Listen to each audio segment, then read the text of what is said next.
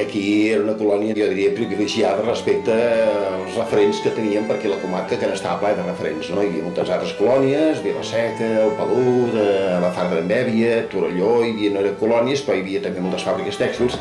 La gent era plenament conscient de que els salaris que es cobraven aquí estaven sempre bastant per sobre del nivell que es cobrava amb les més empreses tèxtils, no?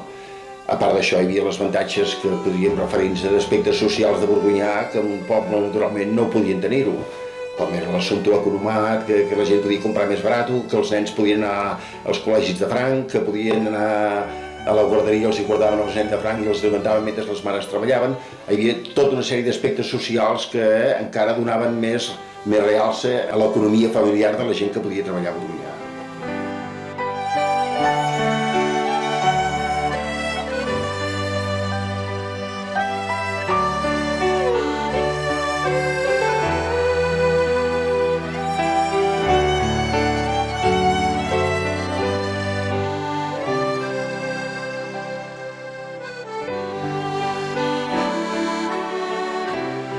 Quan tenies els 14 anys, acaba de treballar. Tothom tenia la feina assegurada. Els que entràvem a 14 anys ens col·locaven o metgeres o filat. I eren les persones que eren grans, per ells grans, era passar 30 anys. Llavors els col·locaven en un puesto que en deien el gas, que era el puesto més brut de la fàbrica. Gassejaven el fil, cremaven les miques de pols que hi podia haver en el fil, i esclar, allà, com que era un puesto brut, no importava que hi havia jovenets. La majoria de la gent es quedaven aquí. Alguns amb unes possibilitats d'assolir un càrrec amb el temps, i uns altres destinats a la maquinària, que era el més corrent i normal. El nombre de treballadors màxim que va tenir l'empresa van ser, si no recordo malament, 986. I això va ser l'any 73. A l'any 73, en aquell moment, es produïen aproximadament unes 80 tones de fil cada setmana, que són moltes tonelades, no? Cada dia sortien camions carregats de fil d'aquí cap a Barcelona, que és allà on te l'acabaven, no? A mí me ha ido bien siempre. Entré de peón y yo me he jubilado de oficial. Sí, me subieron un poco de categoría, porque aquí te subían por puntos, ¿sabes?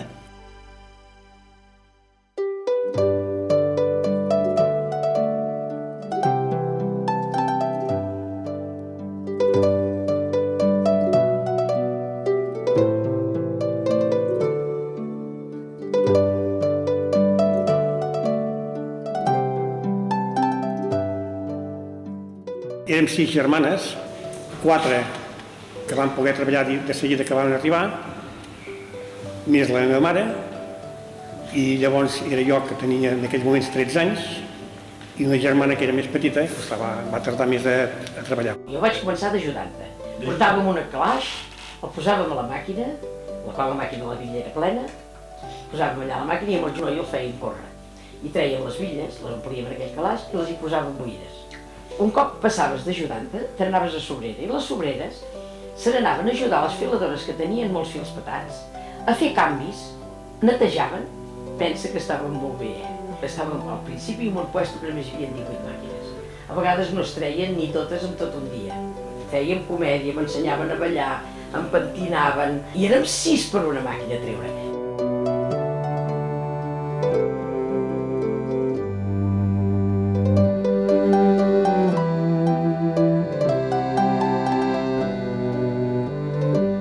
Seguint alguns criteris dels exàmens que ens van fer, que va ser coses molt elementals, doncs Al cap d'uns dies em van seleccionar i m'han dit si volia entrar a les oficines de la fàbrica. Naturalment, a mi se m'obrien unes portes que fins a aquell moment semblaven tancades, perquè en aquell moment les oficines era com un món a part, ¿no?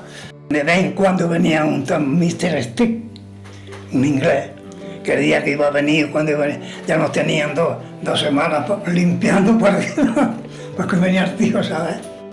Quan fan la neteja del cotó, tota la pols va concentrat en diuen a les mines i allà primera et donar una careta amb el morrió, que en dèiem, i d'aquesta manera no xuclava bastant, però ara eren les úniques fàbriques que proporcionaven això. Bàsicament, com tota la vida es havia fet, les coses bàsiques sempre venien dictades a través de l'oficina central de Barcelona, no? D'una manera sorpresiva, perquè no m'ho esperava pas, em van proposar per treballar al despatx. Quan vam fer la fàbrica 5, llavors ja hi va haver el canvi, llavors ja vam començar a fer nilon, això de cosir màquina, però que ja era fibra, i esclar, nosaltres érem les que ens hi vam haver de posar, perquè les velles no hi vas treballar les dones velles. Bueno, hi ha moltes marques bastant conegudes, no? Però vaja, bàsicament hi ha el Fils Cadena, que és bastant conegut, el Tridàlia, que és bastant conegut també per als que fan labors. Ho fèiem tot a mà, doncs alimentar el batall, perquè a partir d'aquí ja es començava de netejar el cotó, ja es feien les primeres, les bales ja. El fet aquí es feia des de la matèria bàsica, des del cotó, fins al fil acabat en brut, no? Torçat, retorçat, amb bobines, s'enviava a Barcelona i allà es procedien a tenyir-lo i acabar-lo i bobinar-lo i a comercialitzar-lo.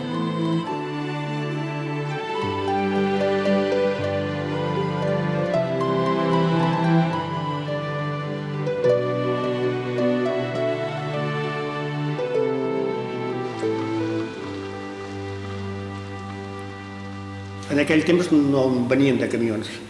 Tot el que arribava amb el tren.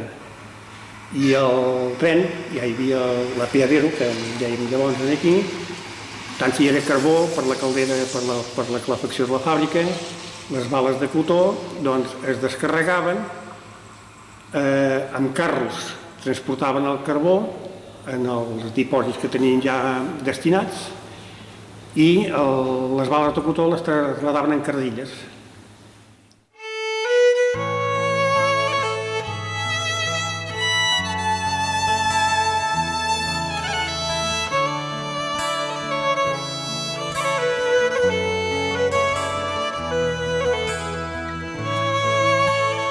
Esto era como una familia, aquí todos nos conocíamos mucho y ahora ya quedamos pocos. Com que tampoc hi havia necessitat de sortir, que ja hi havia tot aquí, i tampoc hi havia els mitjans per poder sortir, doncs hi havia bastants matrimonis entre gent aquí mateix aquí a Borgunyà. I llavors érem 5 parells que havíem de sobres, perquè hi havia 3 habitacions, un menjador. Nosaltres quan vam anar al carrer Girona, ja al cap de poc des del carrer Girona el meu home ja es va arreglar una mica al quart del bany. Aquí als pisos hi havia fogons d'aquests de carbó. Comprava pan pagar les cuines i a mi que ho demanaven, els pagaven la cuina i els hi muntaven. Clar, no era una comoditat.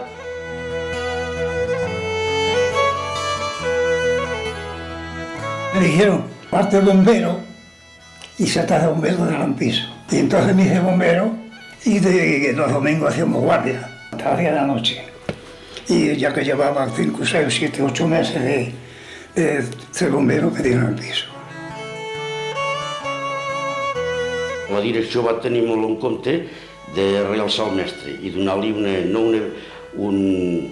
una casa normal com tots els altres obrers, sinó una casa dedicada als directius, diguem-ho. El ser mecànic i el ser gros dels mecànics, llavors li tocava, quan volgués ell, canviar de pis.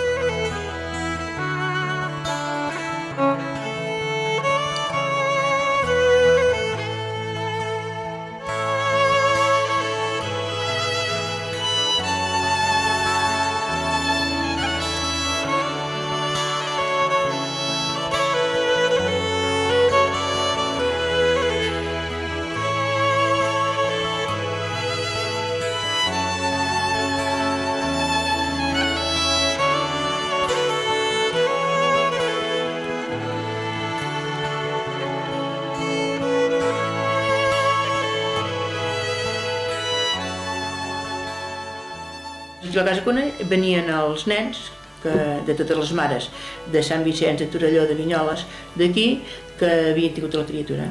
I venia a partir de les 6 setmanes fins a 3 anys i venien aquí. Quan van edificar això, que va ser als anys 50, més o menys. Però abans estaven al carrer Escòcia, al carrer del mig.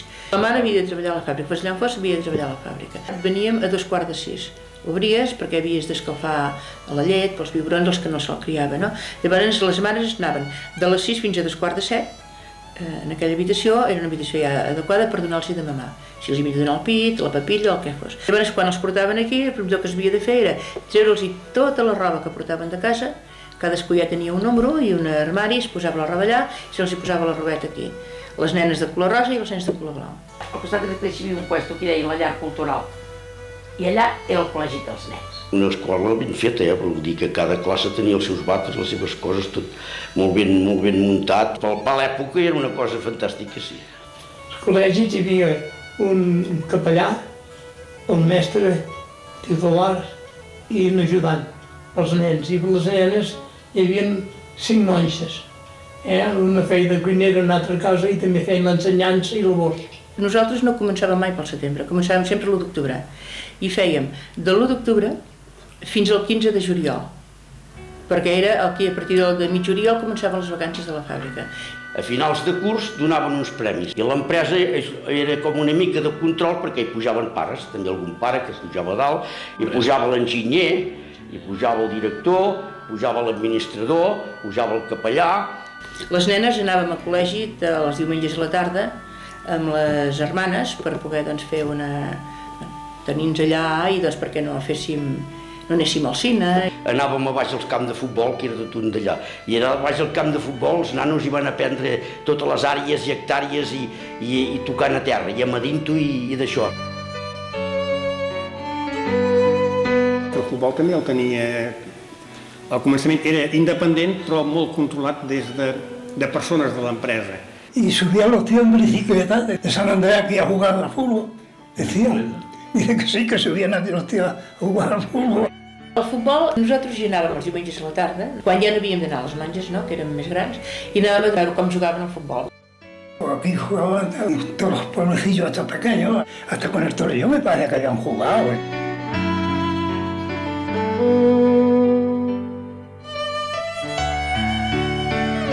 També hi havia el servei d'economat, i que era molt complet, molt competitiu en el seu moment, i per tant ho teníem tot aquí i sortíem només a Torelló o Vic, quan havia d'anar a comprar unes sabates o quan es volia comprar un vestit. El dia que el vam inaugurar vam fer una festa, que encara es veia l'economat davant, i vam anar a Barcelona amb un supermercat, el Cap Bravo, que estava als seus inicis, a veure què tenien. L'àvia materna, que va ser el primer forner que va tenir l'economat quan encara era cooperativa. Encara hi ha el forn que s'hi feia el pan aquí. Teníem mitges, mitjons, que Can Fabra també fabricava mitges i mitjons i també teníem.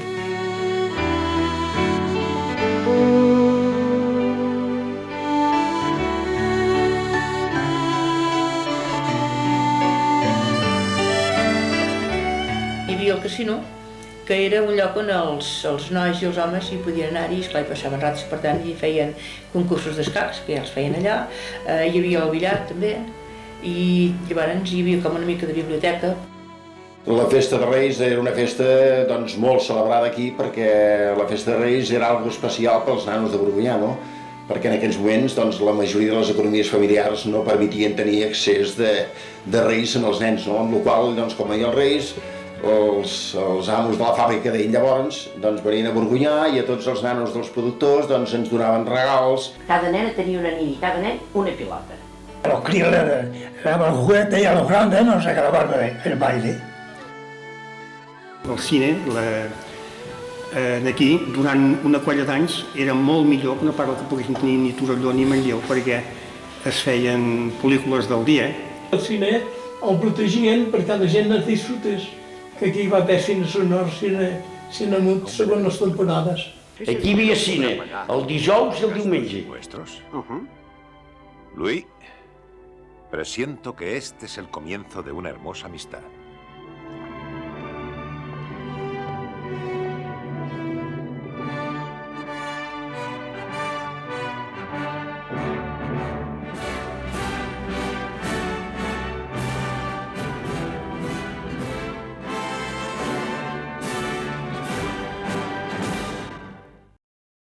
Clar, la gent que veníem aquí ja no marxaves. Donada l'època que era, doncs teníem tot el que es podia haver de menester. Hi havia un molt bon ambient. I aquí el director de IES escoltava els treballadors.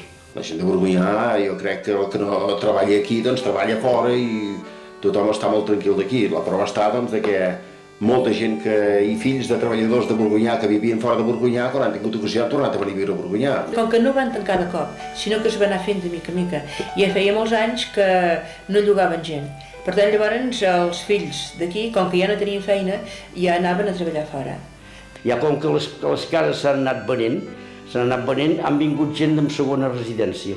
I gent de fora, i d'altres que venen aquí, que són d'aquí Torelló i d'altres llocs, que tenen el seu lloc de dormitori i se'n van a treballar fora. Al tenir el cotxe ja vas començar a anar més al passeig a Vic, o al cinema a Vic, o al teatre, o doncs senzillament a passar-te un dia fora. El que es va perdre, diguem-ne, de protecció, poder es va guanyar doncs, amb altres coses, amb llibertat i amb més adequants a ser un poble més com un altre qualsevol, no? Quan sóc a fora i em demanen d'on soc, dic que soc de Borgunyà.